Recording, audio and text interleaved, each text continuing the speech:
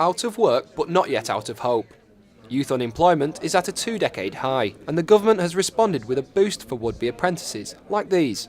National Apprenticeship Week brings with it a promise of more money and more schemes. For this young job seeker, it's a welcome opportunity. I think apprenticeships are a good idea because you can earn while you learn, and you get proper experience. It's not just, you don't really get experience in a classroom. Well, there's like 20 people applying for each vacancy, so you don't usually get interviews. I'm finding it hard to get interviews at the moment.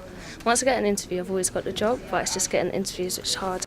This London charity worker sees the faces behind the numbers on a daily basis. Yeah, obviously government backing is always a good step, but I mean, yeah, it's still hard, and the more obviously the government can subsidise it and help out areas. Obviously, it's more with getting employers on board to back it and think of maybe taking on apprentices. Overall, UK unemployment sits at 7.9% of the workforce, but for 16 to 24-year-olds, it's more than double that at 20.3%. The government is injecting £220 million into apprenticeships, while London is set to create 20,000 new places. But what do young people already learning on the job have to say? How many people can say they can build boats? Yeah, I've learned just generally a lot, grown up a lot as well.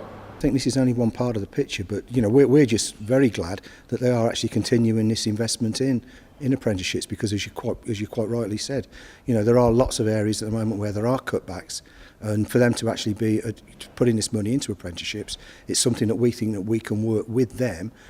The young people I spoke to and the organisations involved are clearly enthusiastic about this government drive, but that's only half the story.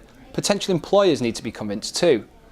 There's a real pressing need to get this lost generation back into the workplace, and the next batch of unemployment figures will show whether it's a job well done for the government.